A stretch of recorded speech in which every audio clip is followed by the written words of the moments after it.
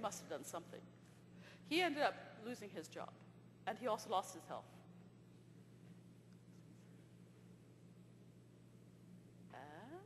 Next, please. It's a vicious circle, too, because the mobbed person is experiencing tremendous stress. The stress also never, ever ends. It's constant. Now, if we are, say you're walking down the street, and you step off the curb and, oh my God, there's a bus coming right at you. Well, you know what happens. Your brain perceives the danger, signals your adrenal glands, pump out more adrenaline. Your heart starts to pound, you gasp, you suck in more oxygen, your muscles react, you spring out of danger. And for a few seconds, you're standing there, thank God, that's over with. And then you're normal again, and you go about your business. In a mobbing attack, stress rates become elevated, and they stay elevated. They never get a chance to go down. A person who has been mobbed eventually comes to fear every social contact, because every time you meet somebody you work with, you're going to be attacked. And the fear of being attacked becomes agonizing. I went through a mobbing attack once, and I couldn't sleep at nights because I was so terrified of having to get up and go to work every morning, because I knew something would happen. I didn't know why it was happening. I didn't know who was behind it until later. But I knew that every experience at my office was going to hurt. Stress levels go up, they stay up. No one can work well under that kind of pressure. Work quality deteriorates. The bully will say, I was right, she's no good. Coworkers feel vindicated for a while. Finally, there's isolation, complete isolation, and from this point on, the person who's been mobbed might leave, might have to go on medical leave, might just be unable to work at all, might die. It is, Heinz Lehmann estimated that in Sweden, at the time he was working, 1 out of 5 suicides was directly due to workplace bullying. That's a lot of dead people.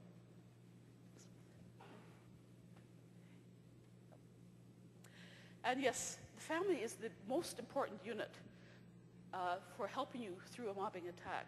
I probably wouldn't be here today if it wasn't for my family. Both my parents had been through mobbing attacks, and they saw it. They knew that something evil was happening. And they were so supportive, so helpful. And without them, I don't think I could have made it. But you might come home from a day of misery at work, where everyone seems to be on your case, no one's a friend anymore. Your spouse says, hi dear, how was your day? And without thinking, you might say, what do you care? Well, woo. The spouse says, oh, if you're going to be like that, just go sleep in the other room. Don't have anything to do with you. Families can become isolated from the person who's been mobbed. It doesn't stay in the office. While the object of a mobbing attack is to drive someone out of their job, we all feel ownership towards our jobs.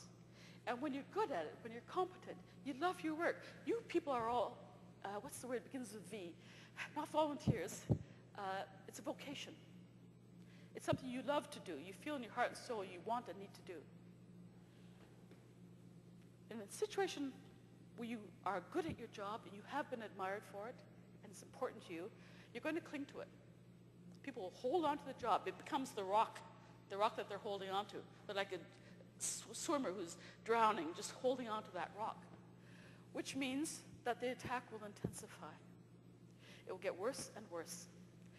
And as you all know, stress causes hypertension, can cause heart attacks, cause all manner of illnesses, including the biggest illness of all. I think maybe Kath would say the biggest change of all.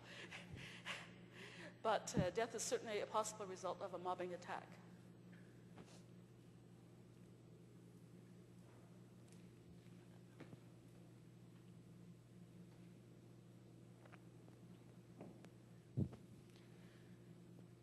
For people who are unionized, by the way, if you're a dues-paying member of a union, you are legally entitled to support from your union.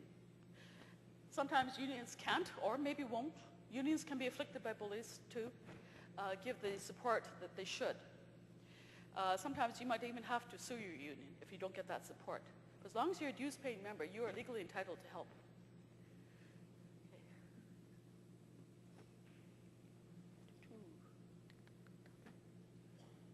I just happen to like this coming quote very much. Because it's very true. You would not be mobbed, you would not be attacked unless you were damn good.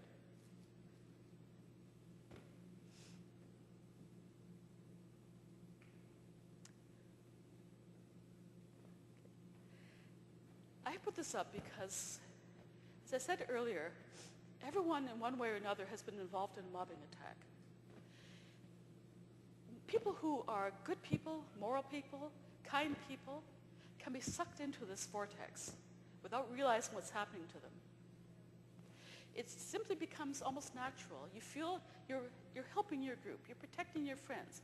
We're getting rid of this bad person who's a poison. In fact, the person who is poisoning the group is virtually immune, unless you know what's happening, unless you know what a mobbing attack constitutes. I saw one mobbing attack at a place where I worked. The director was forced to take on an employee whose job had been terminated.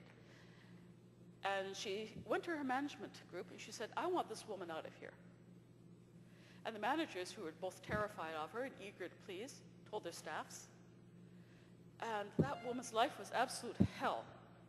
She was given the nastiest jobs to do. Nothing she did was right. She was never included in any kind of social activities. People wouldn't even look at her in the hallway. They'd just walk along this. And yet she had been a star performer in her previous job. And you could see her becoming more and more depressed as the months went by. And actually it was one of the proud moments of my life that one day I was in the coffee room with a couple of other employees, and they were going on about her. Oh, she's no good. We don't like her. You know, she should go away. And I just lost my temper. I just blew. And I screamed at them, can't you see how depressed she is? No one has a good word for her. And I'll never forget the terror on my colleagues' faces. All of a sudden, they were seeing what they had helped to do in a completely different way. All of a sudden, it wasn't a justified effort to protect the group. They suddenly saw that they themselves were attacking someone who was innocent. Mobbing not only corrodes the life of the person who's attacked, it corrupts the people who are sucked into it.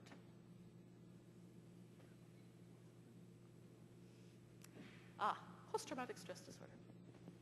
I've talked about it a good deal earlier, so I'll just go through it very quickly. Okay.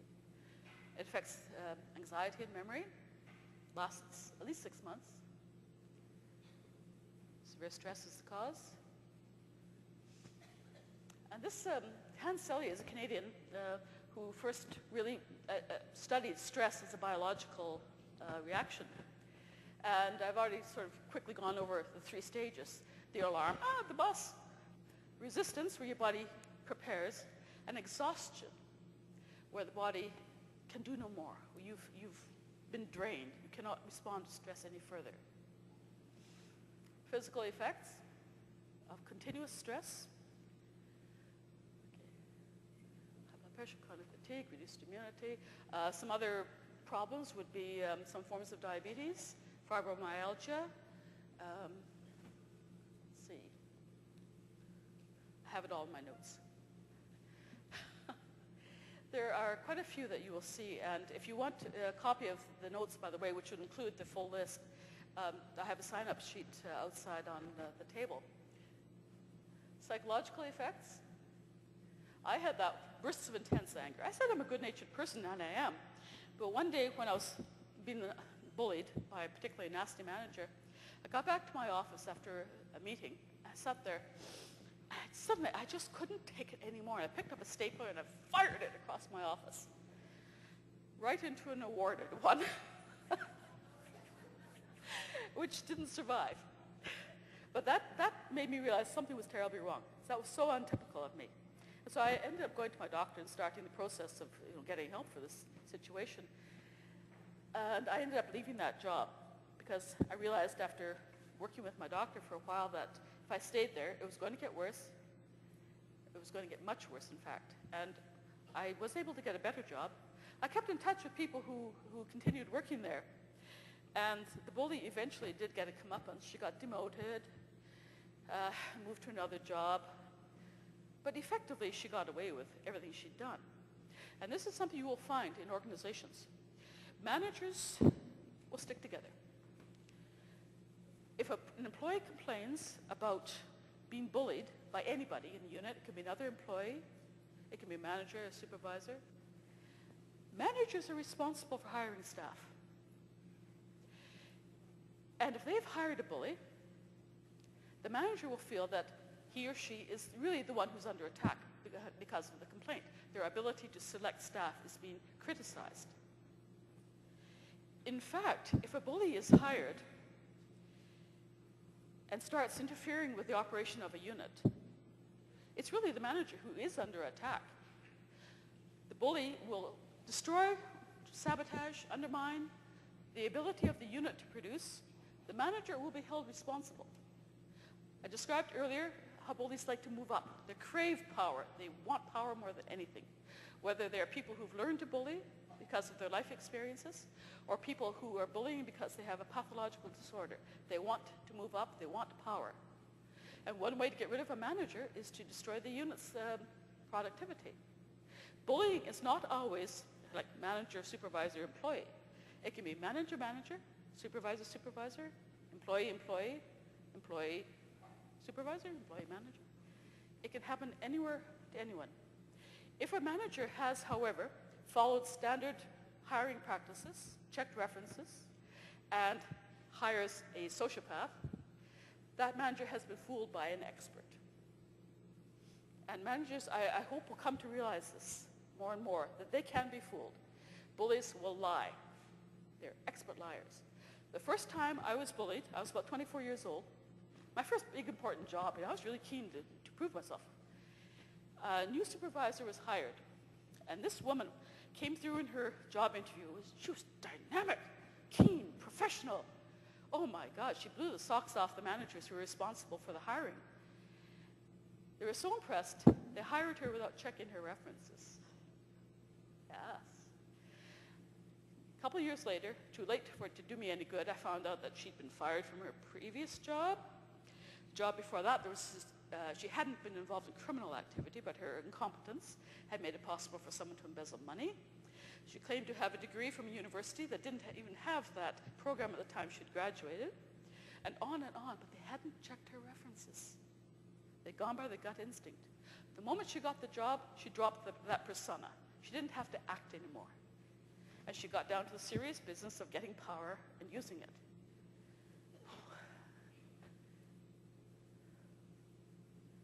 And finally, when it comes full circle, when a person has been devastated, when their life is in chaos, when it comes to the point where they're going into work every day not to do their job, but just to defend the fact that they have a job, their behavior becomes so unstable or just plain different that the bully says, well, look, she's weird.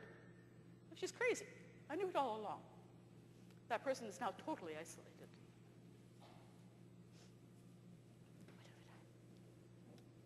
Okay. I will try not to gallop too fast through this section. How to protect yourself. First of all, yes, you can protect yourself against bullying. The most important thing is to know that you are being bullied. Until you get past this point of like denial, denying that something is happening, you can't do anything. But once you know the signs, realize that you're being bullied, yes, you can start to protect yourself. This again will be in the handout, so I'll go through it a little quickly. There are many, many techniques that bullies will use. Start looking for them, especially as it relates to yourself. Look at the picture around you.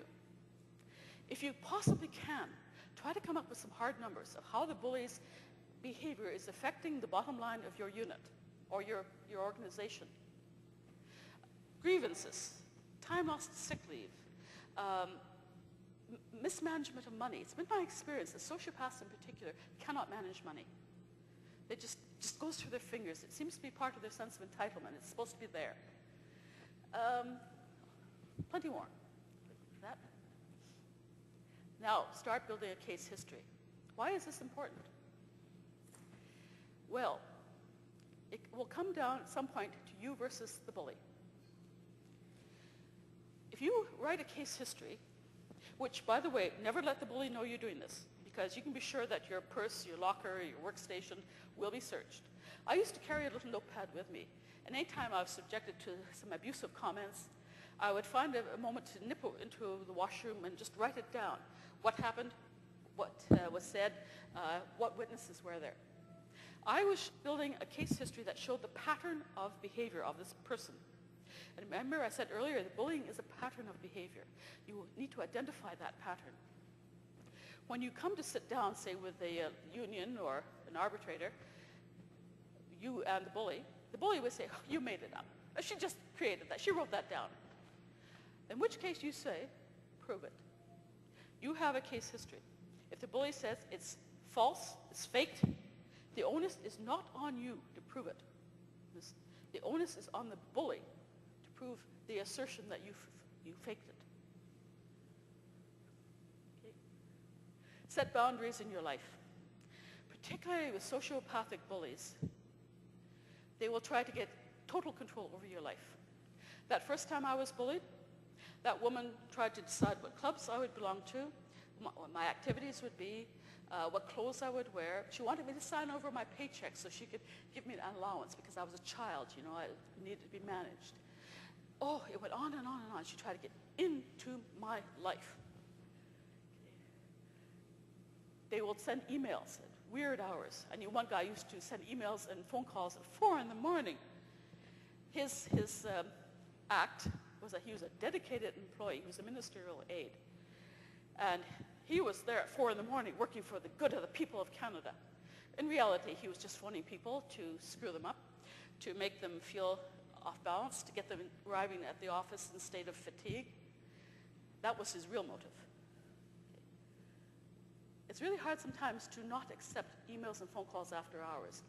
But when you leave for the day, your private time is your private time.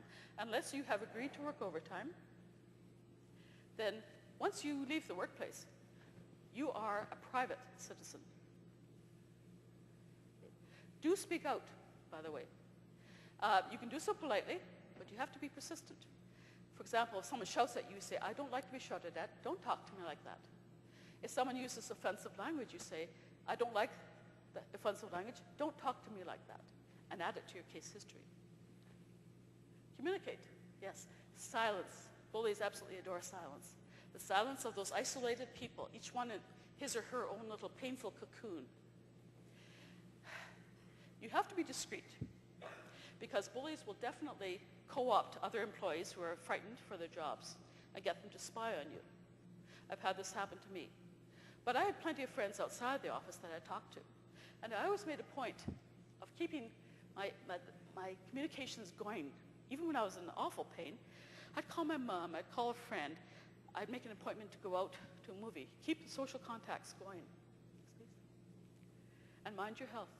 It really creeps up on you, the stress, the damage that bullying can do. And bear in mind, it's violence. You are not putting up with something that you have to endure for the sake of your job. It's too bad there's no legislation in BC yet to back up complaints about psychological harassment. But I hope it will come. It always surprised me when I was a union executive how few people actually knew their rights. Many people simply did not read their collective agreement. They didn't know what their provincial statutes were or what was or was not permitted in the workplace. Every province has provincial labor codes, which are supposed to protect the health and safety of workers, but they really refer to physical health and safety.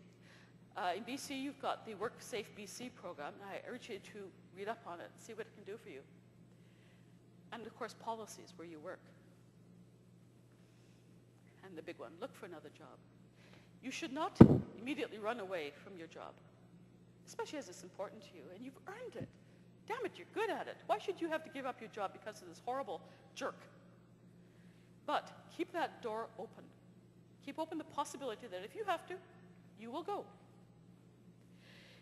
If you are being attacked because you are competent, and if your organization cannot or will not protect you, why should that organization continue to benefit from your competence? Take it somewhere else. If you do not get justice, but by all means, try to go through the process, the procedures that your organization has, seek redress, make a noise. Next slide. These two people, I love these quotes. I left kicking and screaming from the federal government. They have what's called the exit letter when you leave, retire from the federal government. You're supposed to say, what did you like about working here? What did you not like? I wrote my exit letter, and I said, I worked with wonderful, competent, dedicated people who are committed to the well-being of Canada. And then I talked about how contractors are often abused, because contractors are dependent upon the person who gives them a job for their livelihood. And there are people who seriously abuse that trust and that position. And for some reason, no one's called me up and offered me a contracting job. I wonder why.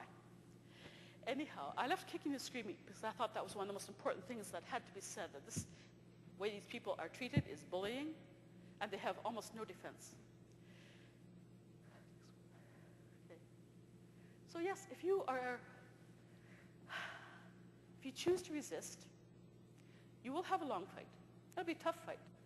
Marshal your resources, the people who can help you, the information that's available to you.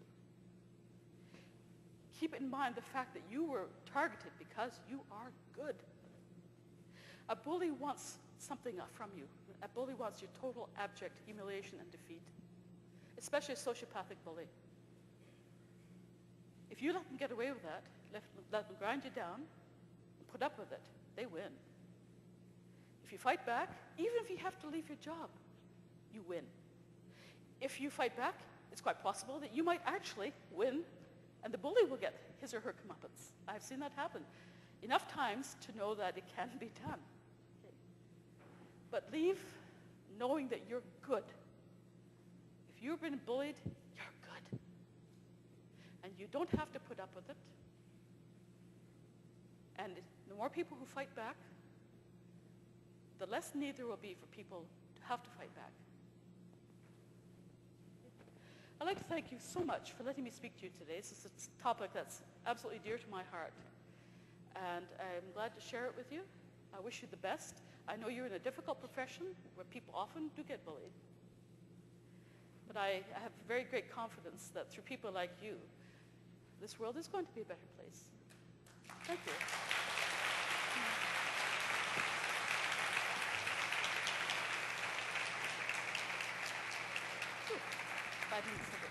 Thank you, Katherine. That's a tough topic, but a very timely and important topic, and I really, truly appreciate your input.